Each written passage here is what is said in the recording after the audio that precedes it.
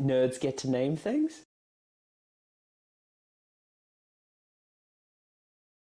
Good morning. Morning. It's time for another edition of Tentacle Quill. Quill. We're doing a slightly different recording setup today because someone decided to rock retrovirus. It's not a retrovirus. It's only a few years old. I mean, COVID is so out of date, yeah. Yeah, I know. But yes, Burning Chrome, another classic, very retro. This one's by William Gibson and was written in 1982, I believe. Yeah, so the original short story was first published in Omni magazine in 1982, but then was republished a bit later in a collection of short stories. Every story in that collection, especially Johnny Mnemonic, is like a classic. Yes. But the reason we're talking about Burning Chrome is because it's considered the first cyberpunk. Yeah. Yeah. I'm a huge fan of the genre. You are too. But Yes, it's got its issues. though it has been refitted and reworked and reinterpreted, I think, to be a much more positive genre in recent years. True. Like there are queer authors writing cyberpunk that are really interesting. This one really comes from a kind of dystopian place where... I mean, cyberpunk is always a warning. Yes, it's not a blueprint. warning. You don't want to live in a cyberpunk dystopia. No, you don't. I mean, you're a Tory. Hi, Vertex. So what is cyberpunk? It's really the sort of hyper-capitalist technology has taken over a world in which, you know, the individual has been consumed by this technical progress.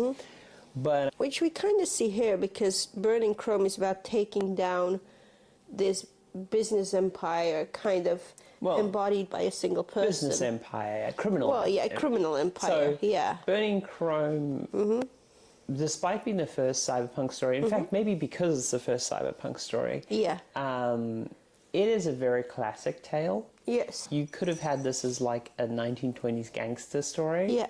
Of two small-time crooks rip off a fence. Yes. And they try to save a prostitute effectively from thing, and you know it all goes. It's a heist. I don't know if Ricky kind of counts as a prostitute because she's only done a shift once. Okay. But she definitely sells herself out. No, I'm more sort of phrasing the the 1920s version of it. Yeah. Oh, okay, yes. Yeah, but she is basically in that category of, you know, so this is one of the problems with a lot of sci-fi of this period. There's a lot of objectification of women. No, there's only two female characters in this, and they are not portrayed in the best way. Yeah, the female characters are the person to be saved, who I do love. Yeah. Actually has a lot of agency of herself. She does. She really does. She ends up saving herself. Yeah, spoilers. But yeah, no, 100%. It's a short story. We can spoil it. She ends up saving herself from sort of this happy John. Yes. You know, this, I'm such a good guy. He doesn't deserve you. Oh, that is another kind of... Yeah, that's a whole thing. Even in the future, the straight's not okay. Yeah, they really aren't. They really, really aren't. Hyper-capitalist societies. Yes, indeed. And it's also... The writing advice here is really to look at the world building because, for example, the celebrities in this world are not just fashion designers or singers. They're people literally sharing their experiences with other people, which is a really interesting concept in a world. Well, it's like basically this. the pre-influencer concept before influencers. Yes. You know, the way that they're described, obviously it's using technology to share their experiences, but realistically, there's no real difference between the story version of SimStim and Instagram and influencers. Yes. So, yeah, and there's a lot of, as I say, a lot of the story could be told in a different setting. The going to Hollywood trope. Oh, yes, the going to Hollywood trope does reign supreme in this. And as I say, it's a heist movie. Even though Gibson famously invented cyberpunk and hacking and a lot of the metaphors for hacking, which us nerds then, like, we literally took phrases from his book, as we're wont to do, and made them into real-life technical terms. because Yep. nerds get to name things. Yes, indeed. So that's kind of funny. But yeah, Yep. even Gibson's hyper, Yeah. like VR, spinny shapes kind of hacking. Yeah. Hacking's very hard to make interesting. It is. So the heist movie structure, or the writing structure of this book, it literally starts at the start of the heist, and then the course of the story runs the course of the heist, but then flashbacks. But the flashback starts at the furthest back of time, and then Yes. chronologically moves forward until the heist ends and the flashbacks catch up, and we have a small epilogue. So that sort of zipper story structure of Yes. flashback and heist Very well done. is quite common. It works really well because in heist story structures, because it allows you to paint in more detail as you go, sort of keep action interspersed, but then also reveal things by revealing the past as you go through forward. Indeed. Especially, like, there's not a betrayal in this particular one, but that's the classic heist structure. Yes. There's a betrayal, or there's a surprise, or there's a thing. Yeah. In this, there's sort of just more emotional undertones to Yes, the criminal indeed. activity. Yeah. Especially as Ricky comes into the picture and we see how Automatic Jack, one of the protagonists, starts questioning the relationship that his friend Bobby has with her, and he feels, I think he's starting to get feelings for her. No, he has feelings from her pretty much immediately. Yeah, So, like, but- Bobby uses her as a luck token. Yes. And Automatic Jack is the, I will save you, good guy. Like, he doesn't deserve Yeah, her. I would argue that he's not actually in love with her, but the idea of her. Oh, neither of them are. Neither Yeah. of them are. That's kind of the whole point, is that's why prostitution is so key to the story, is they have both objectified and idolized her and don't see her as a person. Yes. And she has her own hopes and dreams. And even Yes. even in the end of the story, I would argue they still don't see her as a person. No. Like, there is, as I said, this whole going to Hollywood moment, and supposedly they give Automatic Jack gives some of his money to her to like help her with that, but he's still not really seen her as her. The other thing is, it's definitely from Automatic Jack's perspective entirely. There's no other writing perspective. No, indeed, and that also makes it a bit harder because you only see her from his perspective, so you need really good writing to make it clear that he is not seeing her as she is. He's not seeing her for what she is and what she wants to do. Well, I mean, it helps that he's like a clueless nerd. Oh, yes, definitely. But yeah, so this book is commonly called the first story in the Sprawl trilogy. Gibson wrote a whole connected universe, some other short stories in the universe, like Johnny Mnemonic, which is the only one of his works to get adapted to film. Keanu Reeves plays in it, which is great. It's a classic. And then the book that later became his breakaway success, Neuromancer, Yes, that one's amazing. is set in this world, and you see familiar places like the Loser Gentleman and everything like that. So he does very good world building, as you say, like the celebrities, the concepts, everything. Because world building isn't just what's this place, it's also what do the people in this place aspire to? What is the most popular job, so to speak? Yes. That's the other thing, right? The technology in this. So Cyberpunk is set in the future, right?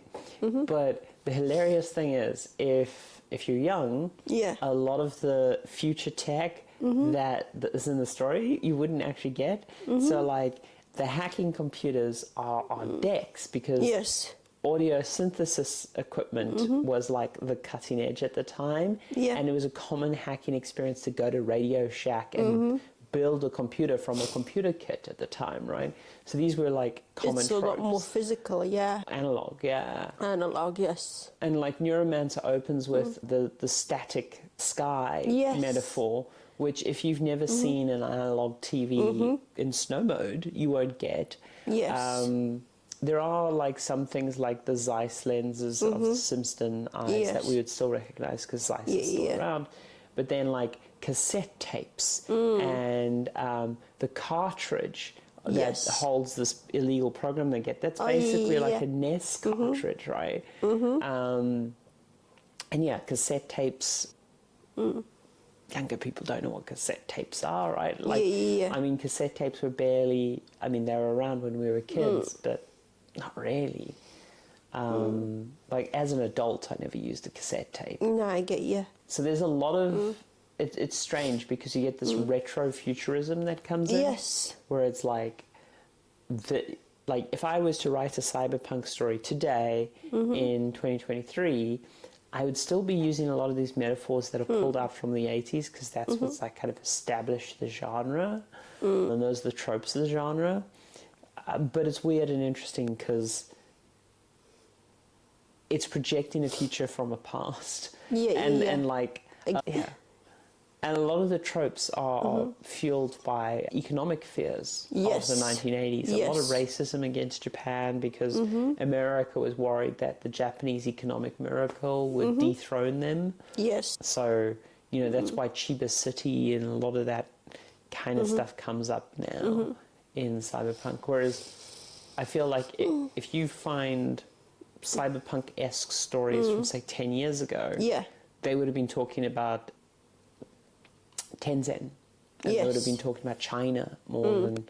But again, it's the same sort of base fear of, oh no, America's going to be dethroned. Oh no, America's going to disappear into its influencer Hollywood self-indulgence world. Oh no, the corporations are going to take over. Oh no, this all actually happened already. Whoops. Yeah, in that way you could see Automatic Jack and Bobby as like sort of crusaders for their own ideals, but in the end they're kind of fighting a losing battle. Yeah, this is the first short story we've spoken about. Yeah, it is. Short stories have a great history in sci-fi. They do. And they have, like, a great narrative history. I encourage more people to write short stories. I know, like, you've probably just finished NaNoWriMo and you've got a NaNoWriMo draft there, and it's, say, 50,000 words. Yeah.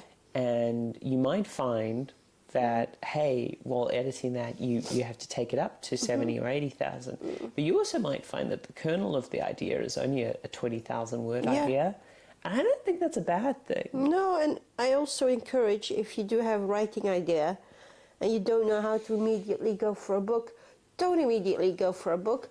Write a few hundred words, write maybe a few thousand words. Think about the idea, like once you put things to paper and you get stuff out of your brain and onto paper, you might start to see more of the idea, see where you want to go with it, what the actual final form of it is. Yeah, I like people when they just share short stories on Reddit or when they share short stories like on their own website or whatever. It is tough because, you know, like, I think a lot of people too early are like, well, how do I make money off this short story or whatever? And it's like, might not be there yet. Because, like, a lot of magazines, like classic sci-fi magazines, the golden age of sci-fi short stories, they either didn't pay for their short stories or they paid very little, you know. And the sort of, the trope was you would normally have, as I say, like with Burning Chrome, a submission to a magazine, build up your name, maybe try to go for some awards or whatever, and then you would try either get a publisher or you would publish yourself a short story collection. So that was kind of the trope. Yeah. Or you would later use that work as Gibson did to build out this world and, you know, make his larger trilogy. But yeah. Any other things you'd really want to call out in Burning Chrome? No, not really. It's a really well-written story. I would definitely recommend giving it a go, even if you're not usually into cyberpunk. Yeah, it's the kind of thing you can read in an afternoon, like, no problem. Easily an hour even. Yeah. There's also some shorter stories. Burning Chrome's the longest story in that short story collection. But that whole collection is fire. Yeah. And it's also very well written when it comes to the locations. There are very few very well specified locations with their own rules. Just for that, it's definitely worth a read. Man, I'd love them to take like the Sprawl short story collection and like make it a Netflix anthology or something. That'd be great. You know? Yeah, that'd be adorable. Like not adorable, but that would be great. I mean, you could make it kawaii. On that note, my plague-bearing wife and I Yes. will sign off. Yeah. And I hope you're enjoying these, and let us know. And Yeah. Have a great day. I'm gonna hack your eyes.